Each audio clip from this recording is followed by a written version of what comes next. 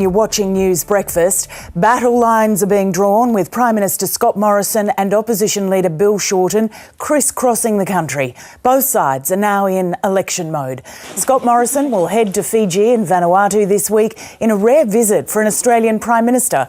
It's all part of a concerted push to reassert Australia's influence, which is increasingly being challenged by new players like China. Mr Morrison has today outlined what he sees as the main priorities for Australians in an opinion piece in Sydney's Daily Telegraph and also in the Herald Sun and other News Corp papers, saying Australia's interested in lower taxes, energy prices and a strong economy. And the Prime Minister joins us now live from Kirribilli. Good morning to you, Prime Minister. Good morning, Paul. Happy New Year. And to you. Firstly, I just want to take you to your announcements on Australian Day ceremonies over the weekend. Now, in discussions on other issues recently, you spoke about diversity being a great characteristic of Australia. Why shouldn't that extend to a diversity of opinions on the best way to commemorate Australia Day? Well, there'll be plenty of diversity of opinions, but the Commonwealth, the Australian government runs citizenship ceremonies, and celebrating that diversity on Australia Day I think is very important. And I think the best way to do that is to ensure that we have citizenship ceremonies and celebrate the fact that we're the most successful migrant country on earth. Yeah. And around 70% of councils do just that. But for new Australians, what better day to become an Australian than on Australia's National Day, which is Australia Day, and I don't want to see that undermined. And I've covered dozens of citizenship ceremonies, Mr Morrison, over the years. They're great events. I've never seen people better presented. Why is it necessary to establish a new rule for dress code and tell them what to wear? Well, no, that's not always the case. I've been to a few more than you have. But those citizenship ceremonies, the vast majority of people do come along, and particularly the kids. But there are some who don't do that, and I think that doesn't respect the other participants on that day or respect the very serious nature of what's happening on that day. By all means, wear the boardies and the thongs at the barbecue after, at the beach, or wherever you're doing it.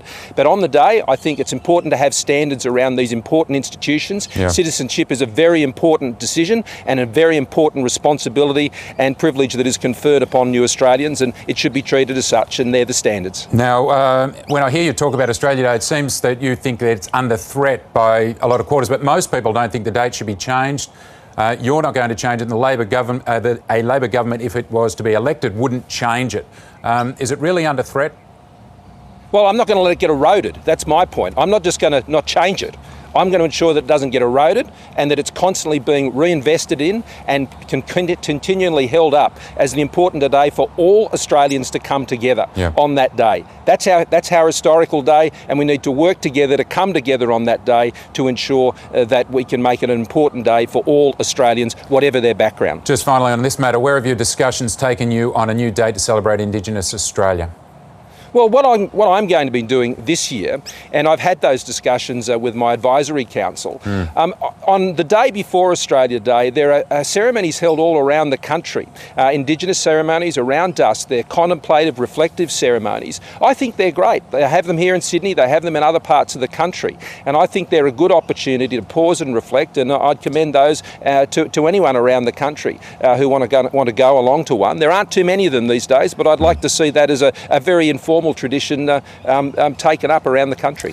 Now, Prime Minister, you wrote a newspaper piece published today that talks about what matters most to Australians, how they approach their lives. Now, towards the end, you wrote something that interested me. I won't be dragged off to the left or right or intimidated by shouting. Now, those terms, left and right, are not used widely in the suburbs of Australia. They're political terms. How conscious are you of setting the pre-election tone for people within your coalition government? Well, I'm always been where I've stood, whether it's on family issues or whether it's on the rule of law or making sure that we stand up for respect and integrity and all of these issues. A strong economy, these are the things that have always guided me as a politician and as a person over a long period of time. And that, you know, what I found when I went to the Shoalhaven Heads Hotel, called in there with my family over the break, was people weren't there shouting at each other like you find on social media or otherwise in the media. They're just quiet Australians living their lives. They need a strong economy to realise their future, to ensure the services that they rely on are there for them and their families, and that's what I'm focused on. I'm focused on those quiet Australians out there going to work every day, running their businesses, caring for others, doing their jobs, and not having the time to frankly get caught up in the activism and the Twitter shouting that seems to dominate the headlines these days. So can we say that this campaign is going to be fought firmly in the social and economic middle ground? Well, I can tell you, we're about a strong economy. And if you don't have a stronger economy, you can't guarantee Medicare. We're about lower taxes and having record health and education funding. Every time you hear Bill Shorten talk about more money being spent, he's taxing you more at the same time. I'm for services without higher taxes and a stronger economy that can support Australians now and into the next decade where they will live in that economy. What events or political circumstances might cause you to call an early election? I am not contemplating one. So you've totally ruled that out? You're going to go to have a budget and then the election after that? That's firm. Yeah, we're having a budget in April. That'll be the first surplus budget we've seen in over a decade, and that will demonstrate once again the soundness of our government's economic management and fiscal responsibility that has put the budget back into shape, which means we can invest record levels in health and education, guaranteeing Medicare and ensuring that affordable medicines, medicines like for MS that I announced just before Christmas, can be paid for and delivered. That's the dividend of a strong economy. We can't take it for granted. There are strong headwinds coming our way this year, whether it's in trade or other things around the world. Now is not the time for Labor to go and dump $200 billion of higher taxes on the Australian economy. It's not a good plan. There are very few sitting days even before the election, even if, well, it goes, as you say, it's going to go in May. What is your number one legislative priority, your number one? Well, we're continuing to take issues like national security and other things through the Parliament on a range of measures. But largely the legislative agenda we've been able to work through the course of this year. What do you want to get through? Well, we want to make sure that we continue the momentum that we've had with the measures we've had on national security. They're the things that have always kept my focus. But there are a range of remaining items that been outstanding on the legislative agenda for this year, and we're just going to make sure we take through. There's some environmental legislation to that end that I know is important for native species and a few other things like this. So we're going to keep our focus on finishing off that legislative program. But this year it's about the budget, and a budget that will be in surplus, and keeping our economy strong so we can guarantee the essential services like Medicare that Australians rely on. You can't guarantee them with higher taxes. You guarantee them through strong budget management and a strong economy. The Agriculture Minister, David Littleproud, is warning of more fish deaths in the Murray-Darling Basin. What's the government going to do to address this and to investigate the causes of that ecological situation? Well, it's a devastating ecological event, and I think particularly for those who live all throughout that region, just the sheer visual image of this is just terribly upsetting. But what the Water Minister David Littleproud has done is he's convening together the environmental water holders and the water managers that work together under what is a bipartisan Murray-Darling Basin plan, and ensuring that they're getting to the bottom of the issues that have come up most recently. And there's $5 million that we want to put into through that strategy to look at the native fish recovery plan as well. So look, he's taking action with those who are responsible for it. The New South Wales government and their Minister Noel Blair, they have responsibility for the water flows, and I know they're working constructively to deal with those issues. But the Murray-Darling Basin Authority is a bipartisan initiative. The Murray-Darling Basin plan is a bipartisan plan, and I'm concerned today that some might want to play politics with that. There was reports done by scientists under Labor's contribution to that plan back in 2012. The plan has been operating in accordance with that advice, and so we just need to keep on and working the issue. There's a drought, and this is one of the consequences of drought. There are many, and my focus on drought has not shifted 1 inch. Just briefly, Prime Minister, you are going on a trip to Pacific Island nations this week. What do you hope to achieve from that?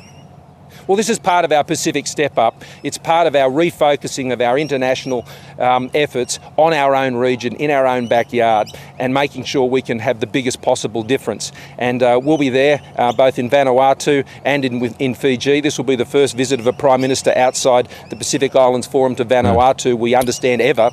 And this is really about demonstrating, following through on the announcements I made last year. And that's about stepping up our security partnerships, stepping up our economic and cultural partnerships. There's also the work we're doing with BlackRock in Fiji, which is very important about boosting the training and presence for police and other forces and international forces that Fijians are a big part of around the world. Prime Minister, so this is a big partnership. I know you're short on time, sorry, but I wanted to ask you, will the Neil Prakash citizenship mistake be addressed? Will you discuss that? Is it on your agenda? We've been dealing with that issue between the governments over the last few weeks, including directly from leader to leader. Yep. OK. And just finally, you said yesterday you're Prime Minister for standards as we head full bore into that election campaign. I want to ask you whether Australian politicians are to be held to the same standard as everyone else or a higher standard.